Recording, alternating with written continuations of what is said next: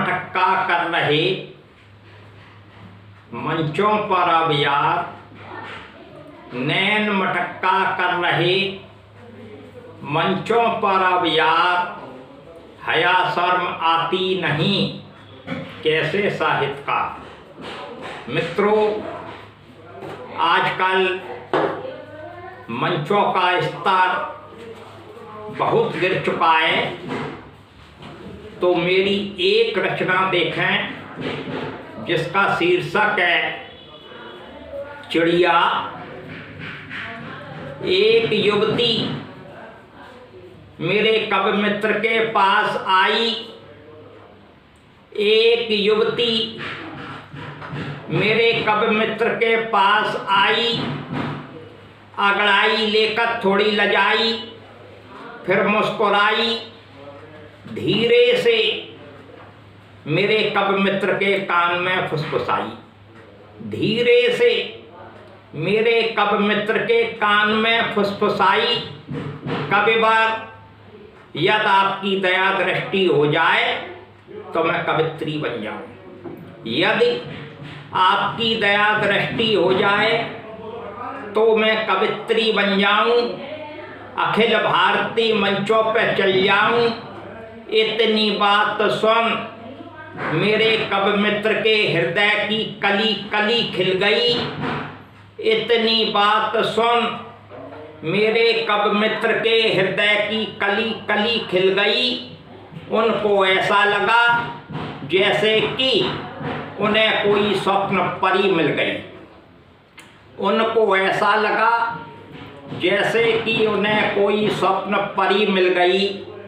वे बोले, महोदया, कवित्री बनना कौन सी बड़ी बात है? कवित्री बनना कौन सी बड़ी बात है? हर सफल कवित्री के पीछे किसी ना किसी बड़े कवि का हाथ है।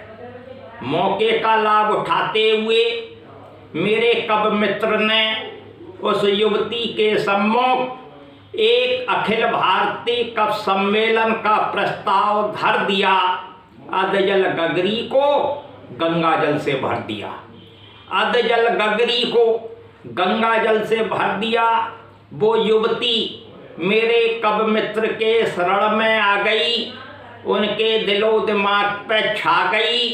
तभी एक कवि को दूसरे कवि से कहते हुए सुना, तभी एक कवि को दूसरे कवि से कहते हुए सुना, अंधे के हाथ बटेल लगी है। दूसरा कवि बोला, नहीं नहीं, कोए के चंगुल में बुलबुल फंसी है।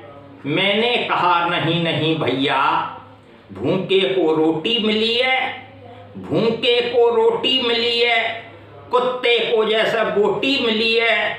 वो युवती अखिल भारतीय मंचों पर जाने लगी, अपनी कविताओं का परचम फहराने लगी।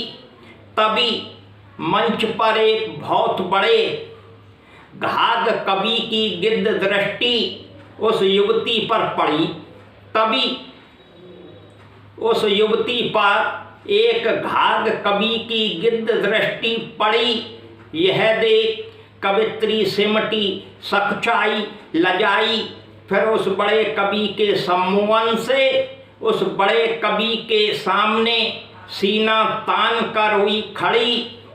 बड़ा कवि सब्जबाग दिखाने लगा, बड़ा कवि सब्जबाग दिखाने लगा। कपोल कल्पित कल्पनाओं के माध्यम से रूस, पेरिस, लंदन, जापान की सैर कराने लगा। वो युवती बड़े कवि की बातों में आ गई, वो युवती बड़े कवि की बातों में आ गई।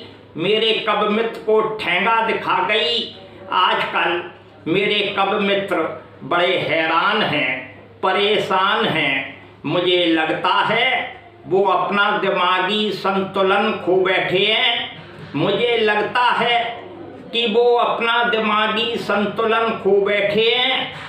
जब से हाथ में आई चिड़िया से हाथ धो बैठे हैं, फिर भी उनका प्रयास निरंतर जारी है, फिर भी उनका प्रयास निरंतर जारी है, पता नहीं क्यों। अब किस नई युवती को कवित्री बनाने की तैयारी है, नई युवती को कवित्री बनाने की तैयारी है।